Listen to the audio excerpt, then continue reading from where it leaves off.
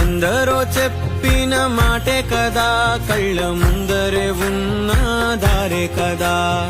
తొందరే ముందన్న తీరొద్దిక, కష్టపడ్డోడికే దైవం తోడుండదా.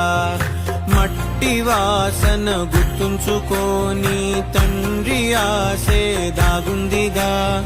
చిక్కి చితికిన విత్తనంలో ఓ వంశ వృక్షమే దాగుందిగా. తరతరాల చెమట చుక్కలులా